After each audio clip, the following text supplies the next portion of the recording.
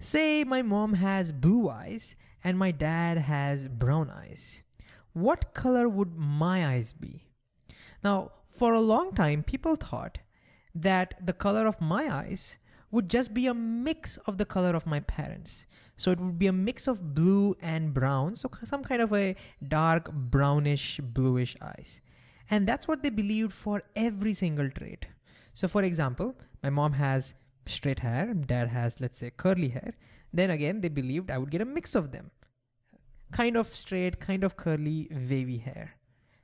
And so for a long time, people thought this is how traits get passed or inherited from parents to children. It'll just be a mix. The traits will just be a mix in the children. But is this really how traits gets passed on? Who's going to answer this question? Well, there was one man, actually a monk, named Gregor Mendel, who decided he's going to answer this by growing a lot of pea plants in his garden. Now, if you're wondering why he chose pea plants, then we've talked a lot about this in a previous video, talking about how pea plants have a lot of characters to experiment with and how these characters have only a couple of traits and all of that. So if you need a refresher, it'll be a great idea to go back and watch that video on, which is called Why Mendel Chose Pea Plants, okay? But if you feel you're cool with this, then let's go ahead and see what kind of experiments Mendel performed on these pea plants. So Mendel performed a lot of experiments on different characters, right? So let me take one example, the character height. So what he would do in one of his experiments is he would take a pure tall pea plant and then cross-fertilize it with a pure short pea plant and then see what offsprings they would give. Now, I'm pretty sure you might be wondering, what do you mean by pure plants? What does this pure mean? Pure basically means if you were to self-pollinate them, so if you were to self-pollinate a tall plant, it should give all tall plants. If you self-pollinate a short plant, it should give all short plants. And what do you mean by self-pollination? Well, suppose this is one of the flowers of the tall plant. Then what I mean by self-pollination is you take the, what do you call this? Pollen grains, yeah. You take the pollen grains from the flower and put it back into the carpel of the same flower. Basically, you put it back into the female reproductive part of that same flower. And then it'll grow seeds, and then you sow those seeds. And then if you find that all the seeds grow into tall plants, then we will say this is a pure tall plant. This is the meaning of pure.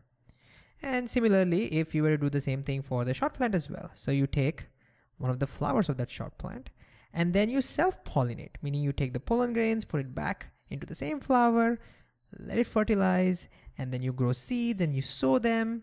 And if you find all of them grow into short plants, not a single tall plant, but all of them grow into short plants, then we will call this a pure short plant.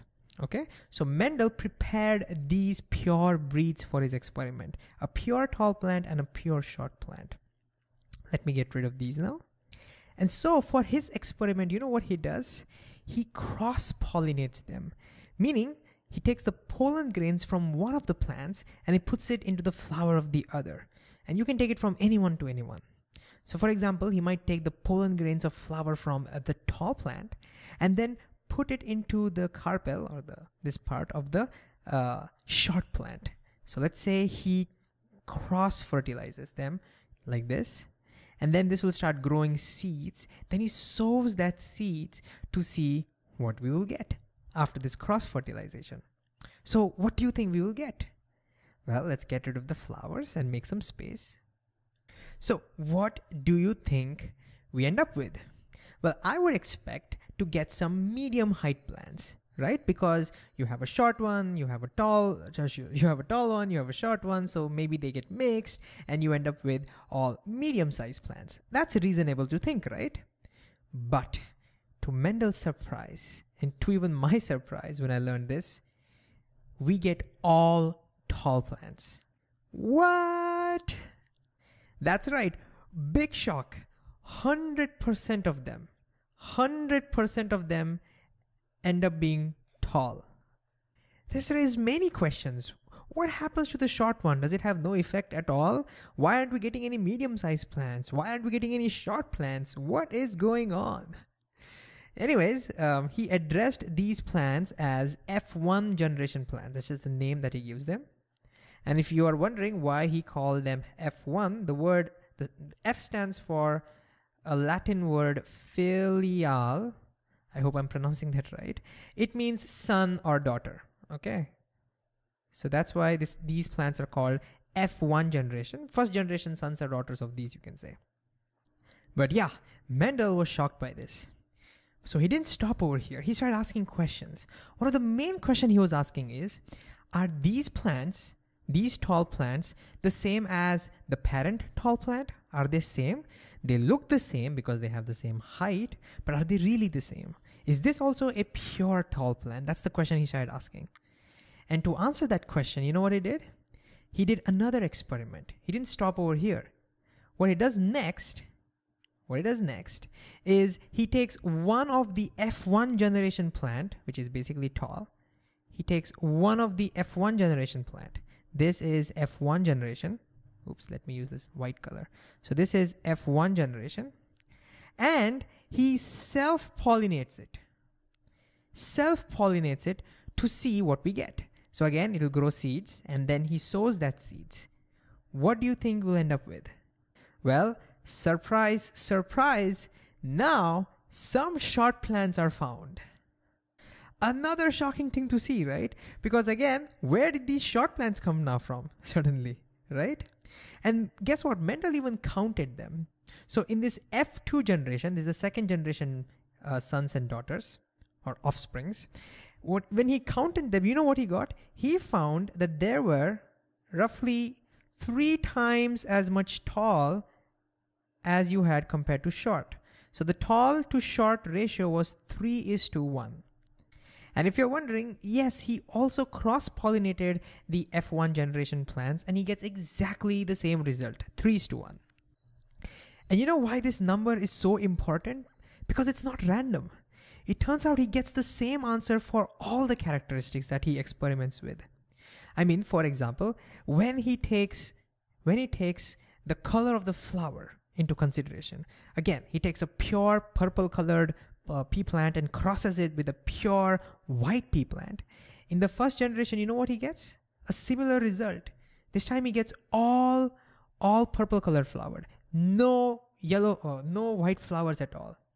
But then when he takes one of these F1 generation purple flower and self-pollinates, guess what he gets? He now gets 3 times as much purple as white. White comes back. It's in minority, some small amount, 3:1 ratio, but it comes back with the same ratio, 3:1. So what's going on? Why didn't we see the white flower over here, but somehow it comes back in the next generation? What is going on? Before we think of what's really going on, one thing is very sure. Our initial assumption that traits get mixed and sent to their children is absolutely wrong, isn't it? I mean, if that was the case, we would have found some medium plants over here. Or over here, we would have found some pinkish colored flower, mix of purple and white. But we don't get that. So Mendel, from his experiments, conclusively proved that traits do not get mixed at all. That in itself was a huge discovery. But now he had to figure out what it all meant. And I'm going to leave you here hanging with this question, as Mendel must have been left hanging with. We will look at the exciting conclusion of what all this means in the future videos. Meanwhile, ponder on this for a while.